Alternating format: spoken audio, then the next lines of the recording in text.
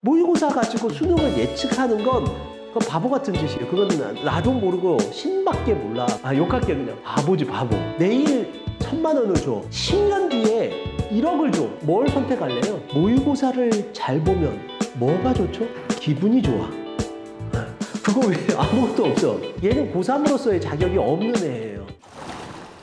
안녕하세요, 김호진입니다. 제가 아마 2주 만에 찍는 것 같은데요.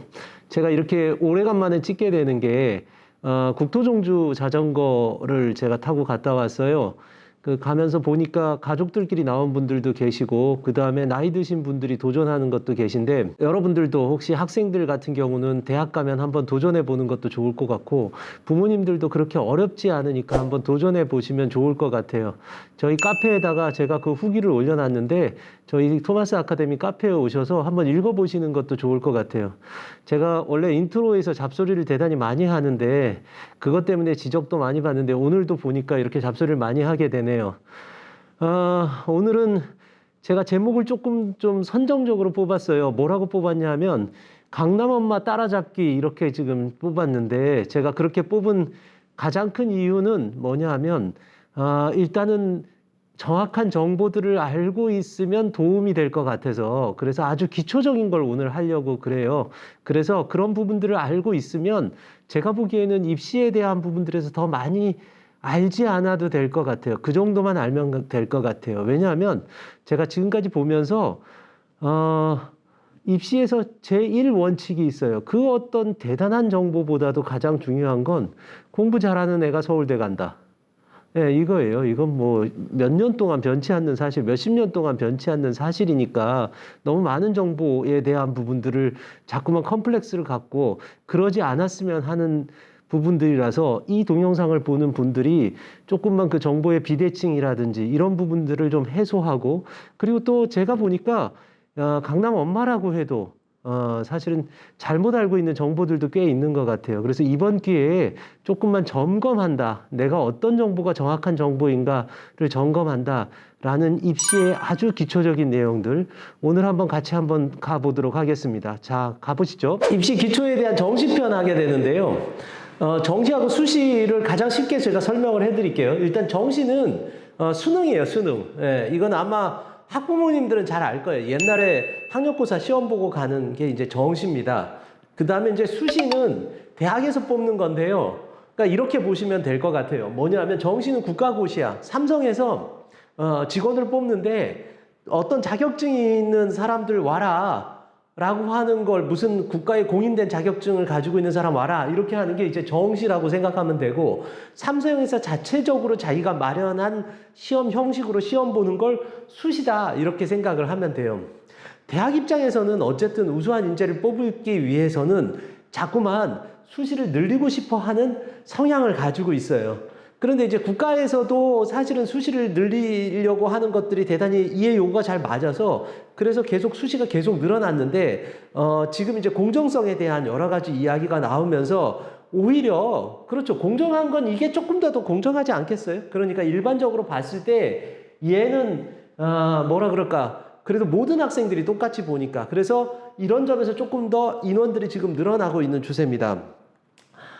정시는 정확히 이야기를 하자면 3번을 지원이 가능해요. 그런데 이제 각 군에서 1개 대학을 지원을 하게 되죠. 가군, 나군, 다군 이렇게 해서 3개 군이 있으면 그 군에서 1번씩을 지원할 수 있습니다. 그러니까 예를 들어서 같은 군에 있으면 지원을 하지 못해요. 예를 들어서 제가 여기다가 실질적으로 2번의 지원이라 그랬는데, 가, 나군이 주된 지원이고 다군 같은 경우는 얼마나 도느냐에 따라서 달라지는 경우가 대단히 많기 때문에 학생들의 성적에 맞춰서 그나마 합리적으로 지원할 수 있는 기회는 단 2번밖에 없다. 이건 이제 기회가 너무 적은 편에 속하고, 또 하나가 뭐냐 하면 같은 군에 있으면 사실 지원하지 못해요. 그러다 보니까 이게 무슨 약간 서열에 맞게 만들어지는 게 있어요. 예를 들어서 연세대학교, 고려대학교는 같이 지원을 하지 못합니다. 그러니까 예를 들어서 이런 거죠. 나군에 서울대가 있어. 그러면 연세대학교하고 고려대학교는 어떤 생각을 하냐면, 같은 나군에다가 여기다가 넣어놓으면 애들이 서울대를 지원하지 연고대를 지원을 안 할 거 아니야. 자기네들이 레벨이 조금 낮다는 걸 인정을 해요. 그러니까 어떻게 하냐면 가군에 연대가 여길 들어가. 그럼 이제 고대가 남았잖아. 그럼 고대는 생각하기에 자기네들이 서울대보다는 낫다고 생각하지만 연대보다는 안 낫다고 생각하거든. 그러니까 어떻게 같은 가군에 고대가 들어가요. 자, 이제 재밌죠? 그러면 그 다음에는 서강대는 어떻게 할까? 자기네들은 연고대보다는 낫다고 생각해. 그러니까 같은 군에 있을 이유가 없지. 그러니까 어떻게 하냐? 여기 서강대가 들어가. 네, 이렇게 돼요. 그럼 성균관대는 어떻게 되겠어? 성균관대는 생각하기에 서강대랑 할만하니까 나군에다가 넣어놔요. 그런데 이런 생각도 하는 거지. 에이, 그래도 서강대 오는 애들, 문과 학생들의 경우에는 그렇잖아요. 아이, 서강대 가는 게 좀 더 낫다 생각할 수도 있으니까 어디다가 살짝 피해서 여기다가 분할 모집을 해. 네, 이제 알겠죠? 이런 식으로 되면 나는 여기서 예를 들어서 내가 시험을 봤어. 그러면 나군에 서울대를 넣었어. 공부를 잘해서 서울대를 넣었어. 그럼 가군에서는 어떻게 넣어야 되냐면 연대나 고대 중에 하나를 선택해야 돼요. 내가 서울대를 좀 못 가. 그럼 가군에서 연고대를 하나를 선택하고 서강대나 성균관대를 하나를 선택해야 돼요. 그래서 약간의 제약이 있어요. 어쨌든 그럼에도 불구하고 정시는 정확성이 높아요. 수시보다 정확성이 높습니다. 자기가 나온 성적이면 사실은 어느 학교를 갈지에 대한 부분들이 대부분 예측이 되고 배치기준표에 따라서 지원을 하면 크게 변동 없이 합격과 불합격이 명확하게 되는 그런 장점들이 있습니다. 제약이 있지만 장점이 있어요. 그래서 대부분의 수능 성적으로 뭐 다른 전형들도 있기는 있습니다. 정시에. 그러지만 대부분의 전형들이 수능 성적으로 당락이 결정되고 그리고 명확성이 높다라고 하는 게 장점이라고 할 수가 있어요. 우리 수능에 대한 부분들 다 알고 있는 거지만 그래도 우리 이야기를 한번 해보도록 합시다. 수능에서 자기의 점수가 나온 걸 우리는 원점수라고 해요. 이거는 수능에 나오지 않아요. 네, 수능 성적표에 나오지 않아요. 그럼 뭐가 나오냐 하면 표준점수라는 게 나와요. 이 표준점수는 어떻게 나오냐 하면 내가 평균에서 얼마나 멀리 떨어져 있느냐에 따라서 내 점수가 달라져. 그러니까 만약에 평균이 낮은데 내가 점수를 잘 받았다라고 하면 내 성적은 올라가게 돼 있어요. 네, 그래서 다른 애들에 비해서 내가 어떻게 보느냐에 따라서 달라지는데 제가 조금 이따가 이야기를 하겠지만 국어와 수학은 조금 다르게 이제 2022년도부터 올해부터죠. 올해부터는 조금 변환이 돼서 약간의 보정 점수를 줘요. 이 보정 점수는 어떻게 주게 되냐 하면 선택 과목이 있는데 그러니까 이 기본 점수에 따라서 움직이게 만들어놨어요. 조금 더 정확하기는 해요. 왜 그러냐 하면 이런 건데 옛날에는 기본 점수가 그러니까 기본 과목이 선택을 하는 게 아니라 기본적으로 다 학생들이 기본적으로 다 해야 되는 그 과목의 평균이 낮으면 낮을수록 유리했는데 이제는 어떻게 돼 있냐면 이게 낮으면 애들이 학력 수준이 낮다라고 판단할 수도 있게 만들었어요. 그러니까 예를 들어서 이 학생이 기본 점수가 그 집단이 선택을 한 과목의 그 집단이 예를 들어서 평균이 낮으면 이건 뭐냐면 시험이 어려웠다가 아니라 그 집단 애들이 못한다라고도 생각할 수 있다라는 거예요. 그러니까 조금 더 정확하기는 하죠. 그런데 이게 문제가 될 수 있어요. 왜 문제가 되느냐 하면 이렇게 되면 수학 같은 경우는 실제로 문과 학생들이 이과 학생들보다 못하는 경우가 많단 말이에요. 그죠? 이렇게 되니까 어떻게 되느냐? 학력 수준이 낮은 게 그대로 반영되니까. 그러니까 보정을 하면 할수록 오히려 더 안 좋아지는 게 되는 거야. 그래서 문과가 대폭망하는 사태가 실제로 나타날 수도 있어요. 그래서 대부분의 입시 전문가들이 지금 하는 이야기들이 이제 문과가 완전히 끝났다, 망했다 이런 이야기를 되게 많이 하는데 그것도 사실은 아닙니다. 그것도 제가 조금 이따가 이야기를 할 텐데 어쨌든 이건 난이도나 아니면 학력 수준에 따라서 달라진다라는 것만 기억하도록 하세요. 그 다음에 여기 나와 있는 백분위라고 하는 게 있는데 이 백분위는 어떤 거냐 하면 학생이 100명 중에서 몇 등을 했냐라는 것을 환산해서 보여주는 등수입니다. 그러니까 쉽게 얘기하죠. 머릿수라고 생각하면 돼요. 그러니까 등수라고 생각하면 돼요. 이게. 그러니까 사실은 얘는 난이도와 이런 것과 상관이 전혀 없어요. 네, 그러니까 그게 쉬웠냐 어려웠냐 이런 거랑 상관이 없는 거예요. 그래서 제가 사실은 욕을 많이 얻어 먹었는데 이번에 동영상을 찍으면서 가장 욕을 많이 얻어 먹었던 게 뭐냐면 뭐 의대 커트라인 혹은 약대 정시 커트라인 뭐 이런 것들을 얘기를 했더니 아직 약대는 아직 정시를 한 번도 보지도 않았는데 네가 뭔 잘난 척으로 그러냐, 수능도 보지도 않았는데 어떻게 커트라인을 내, 그러면서 온갖 가지 악플이 되게 많이 달렸어요. 그런데 사실은 대부분의 입시 업체들도 어떻게 하냐 하면 미리 커트라인을 내요. 뭘로 내느냐? 100분위로 내. 왜? 이건 난이도와 상관이 없어. 그게 쉬웠냐 어렵냐 상관이 없이 100분위로 커트라인을 낸 다음에, 왜냐? 예를 들어서 서울대에서 5,000명을 뽑으면 5,000등 안에 들어가면 그의 시험이 아무리 쉽든 어렵든 5,000등 안에만 들어가면 서울대 가는 거 아니야. 그러니까 실제로 이 100분위는 변동이 없어요. 그러니까 실제로 미리 커트라인을 낼 수 있어요. 예, 예, 예. 그러니까 제가 변호하는 게 아닙니다. 저를 변호하는 게 아니라 그럴 수 있다라는 거예요. 이 100분위가 있고요. 그 다음에 이 100분위를 일정 구간으로 묶어서 4%까지는 1등급, 11%까지는 2등급, 22%까지는 3등급으로 나눈 게 등급입니다. 이 등급이 활용되는 게 어디서 활용되냐면 수시에서 최저 자격 기준이라는 데서 상당히 많이 활용이 되고 있어요. 그러니까 사실 등급도 중요하죠. 그리고 몇몇 과목들, 영어라든지 제2외국어라든지 한국사 같은 경우는 절대평가를 해서 90점 이상이면 다 1등급 이렇게 줄 때도 이 등급이 나옵니다. 자, 이게 수능에서의 기초 개념인데, 그러면 만약에 시험지를 받았어. 모의고사 369 모의고사를 봤어. 예, 예, 모의고사를 봤는데 시험지를 가져왔어. 그러면 뭘 봐야 할까요? 예, 아마 고1, 2 어머니들 모의고사를 봤는데, 혹은 고1, 2 학생들 같은 경우는 제일 먼저 내 원점수 몇 개 틀렸냐 이런 거 보는데, 제가 보기에는 그러니까 이거 믿으면 안 돼요. 제가 보니까 유튜브에서도 그런 걸 막 하는, 뭐 입시 전문가라고 나와가지고 뭐 서울대 몇 개 틀려야 갈 수 있나요? 이런 거 얘기하는데, 그 사람들, 또 내가 너무 또 이거 이렇게 얘기하면 그분들한테 너무 죄송한데, 좀 너무 잘못 알고 있는 거야. 이런 개념 이제 버리셔야 돼. 이거는 아무짝에도 쓸모없어. 네, 그러면 수능에서 반영하는 건 표준 점수니까 얘를 봐야 되는데, 얘는 난이도에 따라 달라진단 말이야. 그러면 수능하고 모의고사하고 난이도가 같을 가능성이 없어요. 예, 없어요. 그런 경우도 없어. 예, 어떻게 딱 맞을 수 있겠어. 그러니까 실제로 대학을 가는 건 얘로 가는데 사실은 얘도 필요가 없어요. 그러면 모의고사 성적을 가져오면 제일 먼저 봐야 될 게 바로 이거예요. 이거.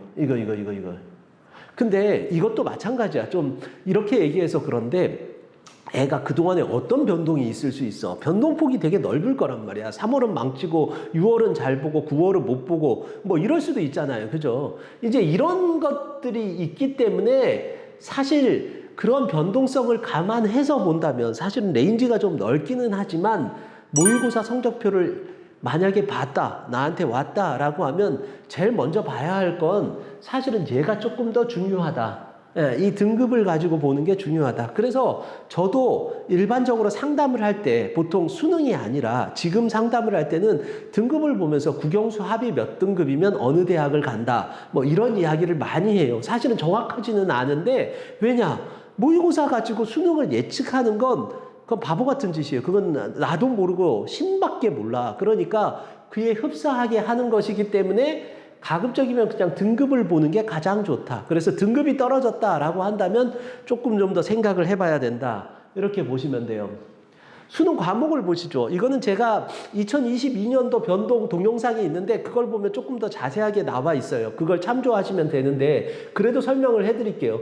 국어를 보는데요. 국어는 공통이 문학, 비문학이죠. 독서하고 문학을 보는데 학생들이 화법과 작목과 언어와 매체 중 하나를 선택하게 돼 있어요. 이 선택에 대한 유불리는 아까 전에도 이야기했듯이 예전에는 평균만 가지고 이야기를 했지만 지금은 집단의 실력과 그 다음에 평균, 난이도 이런 부분들까지 함께 보기 때문에 실제적으로 유불리는 역대로 없다라고 생각을 하면 돼요. 그러니까 얼마나 많은 학생이 선택했느냐 적게 선택했느냐도 사실은 큰 부분들을 보이지 않아요. 그러니까 이 선택에 대한 부분들은 자신이 잘하는 걸 하면 좋은데 이것도 선택 요령도 제가 2022년도 정시에 대한 부분들 찍은 게 있으니까 그걸 보시면 조금 더 자세하게 나와 있어요. 만약에 똑같다면 어떤 걸 선택하는 게 좋을까라는 부분들도 이야기를 해놨으니까 그걸 참조하시면 제가 같은 얘기 또 반복하기는 그러니까 한번 찾아보세요. 네. 별로 근데 중요하지 않아. 지가 잘하는 걸 하는 게 제일 좋아요. 정말로. 네. 그 다음에 이제 수학 1과 수학 2가 공통이고요. 수학은. 그 다음에 확통과 미적, 기하 이렇게 되어 있는데 문과 학생들은 대부분 확률과 통계를 선택하고 이과 학생들은 미적, 기하 중에 하나를 선택하는데 이것도 선택 기준을 제가 알려드렸으니까 그걸 보시면 될 것 같습니다. 자, 어쨌거나 그래서 수학에서 좀 문제가 돼요. 왜 문제가 되냐 하면 아까도 이야기를 했듯이 확통을 선택하는 문과 학생들이 공통 과목을 잘 못 보게 되니까 1등급을 받는 학생들의 비율이 현저히 떨어져요. 지금 시점이 제가 찍는 게 지금 4월인데 3월 모의고사의 결과를 보면 1등급의 90% 이상이 다 이과 학생이었어요. 이제 큰일 났다라고 지금 연일 방송에서 나오는데 다 잘못된 이야기다라는 것들도 제가 조금 이따가 이야기를 할게요. 예, 그렇지는 않아요. 예. 자, 그 다음에 영어는 절대평가를 보고 있습니다. 그런데 이것도 3월 모의고사를 봤더니 뭐 4% 정도, 3.5% 정도가 지금 1등급을 받아서 야, 이거는 좀 문제다라고 이야기를 하는데 보통 바뀌어질 수는 있어요. 뭐 4%에서 10%인데 그걸 예측할 수 없어요. 그러니까 이거 가지고 막 떨면서 내가 2등급 받았으니까 수능에서 2등급 받겠지 이런 생각들 하지 않아도 괜찮을 것 같아요. 왜냐하면 그건 대책이 없어. 그냥 봐서 지금 현재 나오는 등급들이 조금 떨어졌어도 수능은 이거보다 쉽게 나올 것이다 라고 예측하는 수밖에는 없어요. 어쨌든 이건 절대평가고 한국사도 절대평가예요. 자, 그 다음에 탐구인데 내가 확통을 선택하고 과탐 2과목을 선택해도 돼요. 근데 일반적으로 사탐 2과목을 선택하겠죠. 자, 그 다음에 미적분을 선택하고 그 다음에 사탐을 선택해도 되는데 일반적으로 과탐을 선택해요. 이렇게 해서 2과목을 선택하는데 이거는 학교마다 좀 다르기도 해요. 이 탐구 과목 같은 경우는 100분위를 반영하는 학교도 있고 변환 표준 점수라고 해서 이 100분위를 기준으로 해서 표준 점수를 다시 환산해가지고 내는 학교들도 있고 뭐 다양한 부분들이 있습니다. 그런데 얘도 약간 이런 문제 때문에 유불리 어떤 과목을 선택하느냐에 따라 유불리가 조금 작용하기도 합니다. 자, 그 다음에 제1외국어는 2022년도부터 이제 절대평가가 됐어요. 그래서 자신이 어쨌든 절대평가의 점수가 잘 나오는 걸 선택해야 됩니다. 예전에는 학생들이 이것도 점수로 표준 점수로 나오고 100분위로 나오다 보니까 그러다 보니까 아랍어를 많이 선택했는데 이제는 그럴 필요가 없어졌습니다. 자, 본격적으로 한번 얘기해 봅시다. 아마 관심이 되게 많은 거. 문과 학생들이든 이과 학생들이든 이걸 가지고 지금 대단히 많은 부분들에 논란이 되고 있어요. 수능에서 문과가 정말 불리한가? 아주. 자, 일단 한번 생각해 봅시다. 어떤 게 문제가 되냐 하면 이과 학생들은 그러니까 미적이나 기하를 선택한 학생들은 문과학과를 자유롭게 넘나들 수 있는 경우가 대다수예요. 단 문과 학생들은 이과로 넘나들 수가 없어요. 그러면 실질적으로 봤을 때 점수를 누가 더 잘 받냐면 이과 학생들이 더 잘 받으니까 당연히 점수를 잘 받았으니까 얘가 문과로 대거 넘어갈 것이다 라는 예측들을 하는데 제 생각은 그렇지 않아요. 이건 제 개인적인 상담을 하면서 봤을 때 그렇게 넘어가는 학생들은 전국의 5% 미만이에요. 그러니까 내가 예를 들어서 건축학과를 가려고 1학년서부터 3학년까지 해왔단 말이야. 그런데 내가 문과보다 유리하네? 그러면 나는 철학과 가야지 라고 하는 애가 과연 있을까? 라는 거예요. 그러니까 이미 리그가 결정된 시험이기 때문에 넘나들지 않으면 어차피 수학 폭망한 애들끼리가 문과야. 그러면 폭망한 애들끼리 같이 경쟁을 하는데 거기 잘한 애가 들어올 가능성이 5% 미만밖에 안 된다라는 거야. 그러면 이게 망한 거냐? 문과 애들이 망한 거냐? 라고 생각할 필요가 있다라는 거예요. 그러니까 실제로 망한 게 아니다라는 거예요. 그리고 또 하나가 있어요. 대학 레벨이 달라요. 이 대학 레벨이 다르다라는 건 어떤 거냐면 이런 건데 문과 탑은 어느 대학이에요? 제가 이렇게 레벨을 자꾸 이야기해서 좀 죄송하긴 하지만 문과 탑은 어느 대학이야? 서울대야. 그죠? 이과 탑은 어디야? 서울대가 아니야. 의치 약한 수야. 의치 약한 수야. 그러면 여기 서울대가 여기 있어. 그러니까 여기 문과와 의시학환이 쌤쌤이고, 아까 얘기했듯이 백분위로 보자고. 백분위로 보면, 백분위 최상위는 얘는 1등한 애가 서울대 가는데 얘네는 의대 간단 말이야. 그러면 이과는, 자, 그 다음에 서울대 밑이 뭐야? 연대야. 예, 예. 그 다음에 고대야. 그 다음에 서성이야. 여기는 한번 봐봐. 여기는 어떻게 되냐? 여기가 연고야. 그러면 한번 봐요. 문과의 애들은 서성을 가는 애가 이과 애들은 연고대를 간단 말이에요. 그런데 한번 생각해봐요. 이걸 한번 볼 필요가 있어요. 뭐냐면 연고대 갈 애가 문과 애들이 성적이 안 나오니까 서성으로 가면 내가 유리하겠다라고 가는 애는 내가 욕할 뻔했다. 근데 욕할게 그냥. 바보지 바보. 그냥 바보지. 그러니까 이런 일이 안 일어나. 그러니까 너무 과장해가지고 대거 넘어간다라고 하는데 얘네들이 미쳤다고 연고대에서 서성으로 넘어가겠니?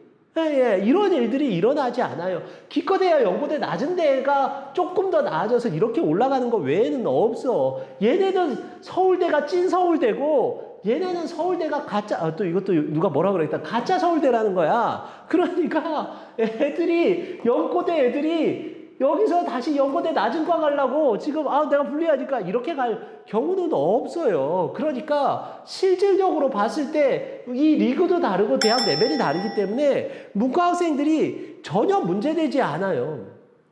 자, 그럼 어디서 문제가 되느냐?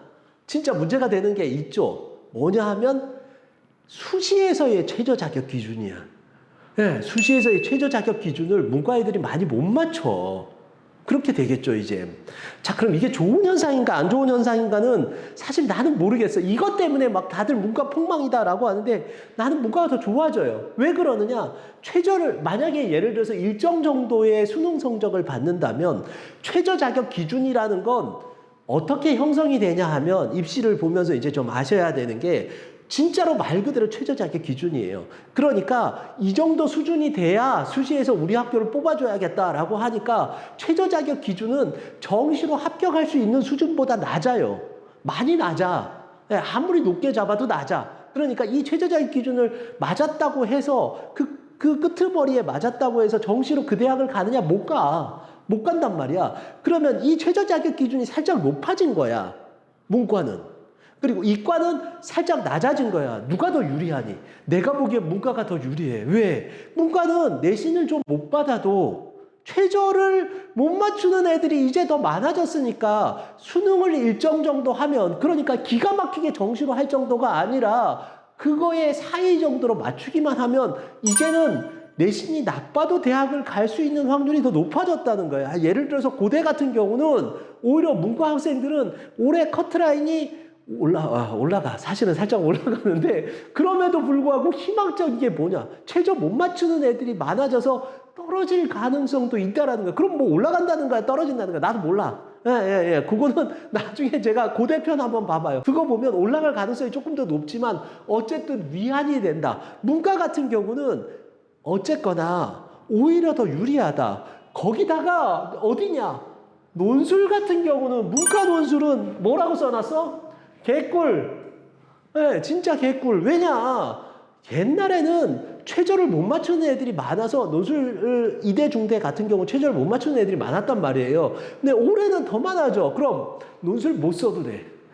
진짜 못 써도 돼. 제 논술 전형 동영상 한번 보세요. 그러니까 올해는 정말로 더 좋아졌어. 논술 전형이 더 좋아졌어. 그러니까 수능에 대한 부분들이 문과가 불리하다라고 해서 포기할 게 아니라 더 적극적으로 하면 상위권 학생들은 더 유리해졌어. 수능에 일정 정도만 받는다라고 한다면 수시도 더 좋아졌어. 내신이 모자라도 갈 수 있다니까. 논술을 좀 못 써도 갈 수 있다니까. 더 좋지. 이과는 이게 뭐야. 이게 오히려 수시에서 불리해졌어요. 왜냐하면 의대 같은 경우는 애들이 최저를 다 맞춘단 말이야. 정시도 잘해요. 그런데 올해는 최저를 다 맞추는 애들이 4, 5면 되게 높은 거거든. 근데 옛날에는 그거 못 맞춰서 문과 같은 경우 4, 5면 무조건 커트라인 1.5 바깥이었어. 내신이. 근데 올해는 더 올라갈 가능성이 있어요. 그러면 어떻게 얘기해야겠니? 저는 보기에는 수시든 정시든 문과가 유리해.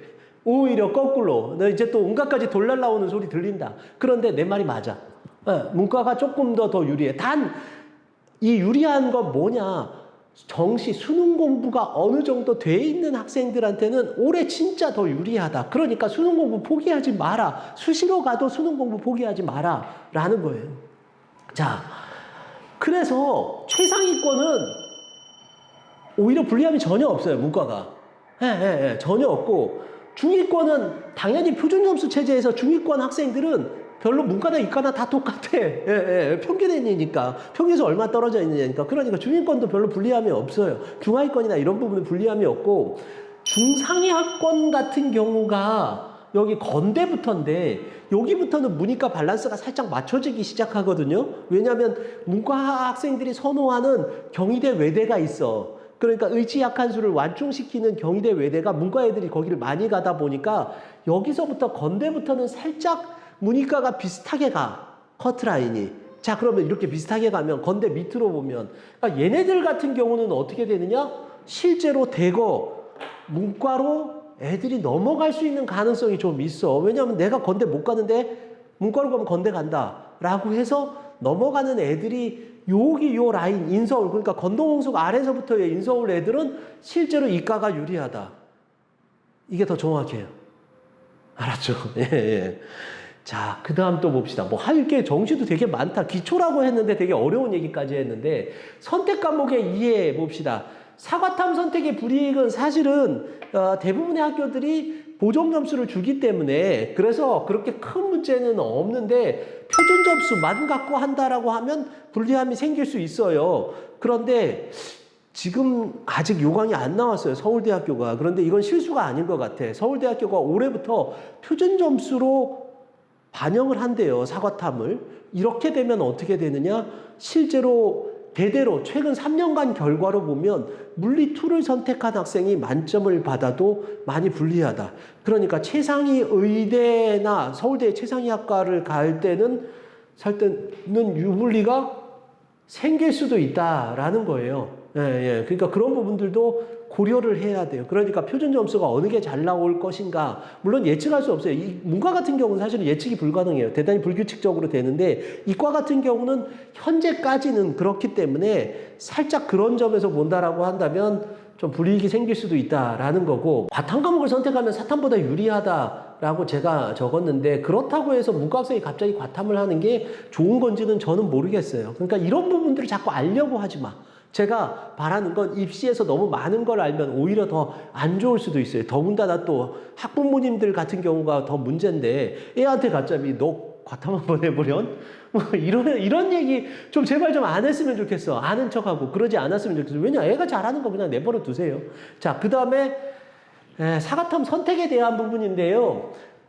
지가 잘하는 거 하면 돼요. 사과탐 선택도. 그런데 만약에 선택의 여지가 없다. 나는 뭘 내가 잘하는지 모르겠다라고 하면 제일 좋은 건 2학년 때 배웠던 과목 하나. 그러면 3월 모의고사에서 일정 정도 등급이 나오니까 좀 안전하게 생각을 하겠지. 그 다음에 3학년 때 배우는 과목 하나를 선택하는 게 제일 무난하다. 왜? 이거는 내신 해가면서 수능 준비해갈 수 있으니까 그렇게 됐을 때 사과탐의 공부 부담이 적기 때문에 산술적으로 좋다라는 거예요. 자, 수능 공부 방법. 수능 공부 방법이 제일 중요하지. 수능 공부를 어떻게 해야 되느냐라는 건데 제가 이렇게 적어놨어요. 수능 공부를 하지 않아도 되는 학생이 있을까? 예를 들어서 내신 1.0인 학생.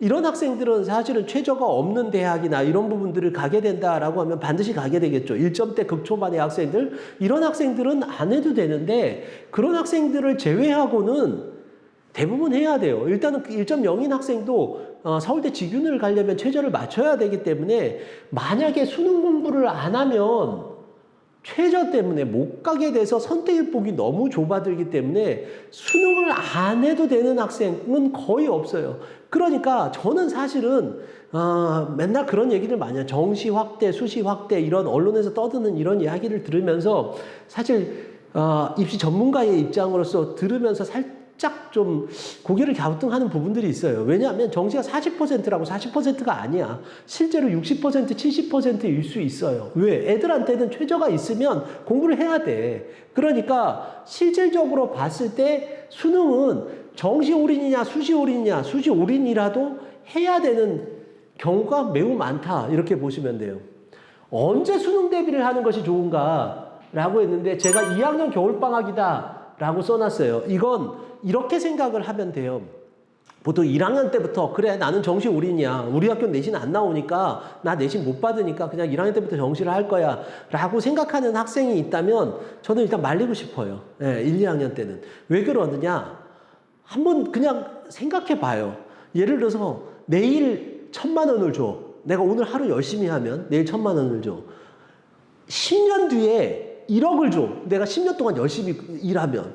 그러면 뭘 선택할래요? 나는 내일 1,000만 원을 선택할 거야. 대부분의 사람들이 다 그렇게 돼 있어요. 그런데 1학년 때는 수능에 대한 긴장도가 너무 떨어져. 1, 2학년 때는. 그런데 나는 정시 올인한다? 일단 첫 번째, 그렇게 됐을 때 그 긴장도를 유지할 수가 없어요. 그러니까 1학년 때 정시 올인은 없어. 1, 2학년들 잘 들으셔야 돼요. 정시 올인은 없어. 내신 열심히 해. 내신 열심히 해. 두 번째, 1학년 때 정시 올인하면 뭐 하느냐?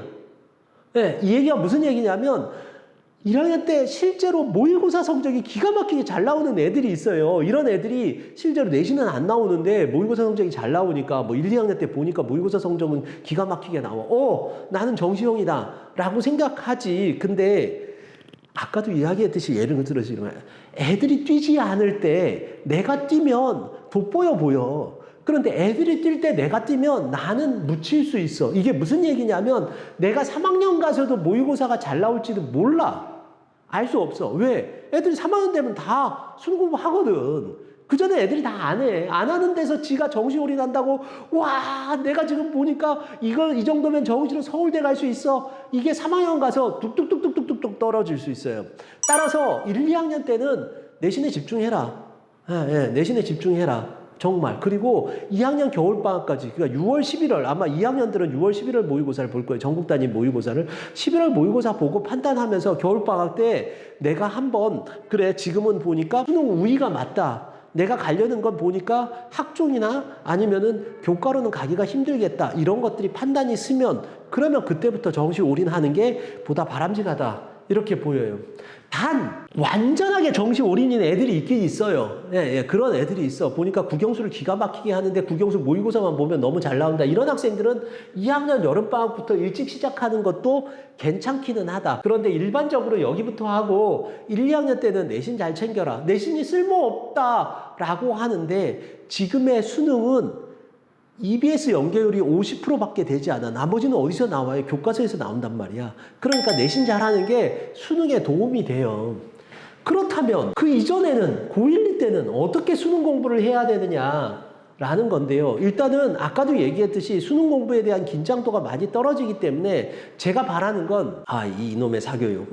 제가 좀 이렇게 표현해서 그런데 어쩔 수 없이 남의 좀 도움을 받는 게 좋을 것 같아. 왜냐하면 본인 스스로 그 긴장도를 유지하면서 수능 공부를 할 수 없어. 그러니까 뭐 학원을 다니거나 아니면 수능 인강을 듣거나 이런 부분들로 외부에 좀 도움을 받는 게 좋겠다. 내신 기간에 내신 집중하고 아닌 기간에는 이런 다른 도움들을 좀 받는 것이 좋을 것 같아요. 현재로서는 어쩔 수 없어. 그러니까 뭐 학원을 다니거나 이래야 되는데 어떤 공부를 해야 되냐면 돌멩이를 채워라 라고 이야기를 했어요. 이건 무슨 얘기냐면 이런 건데 여기 이제 항아리가 있어요. 여기 돌멩이들이 들어있어. 자 그러면 나중에 모래를 넣으면 솔솔솔솔솔솔 넣어도 금방 차.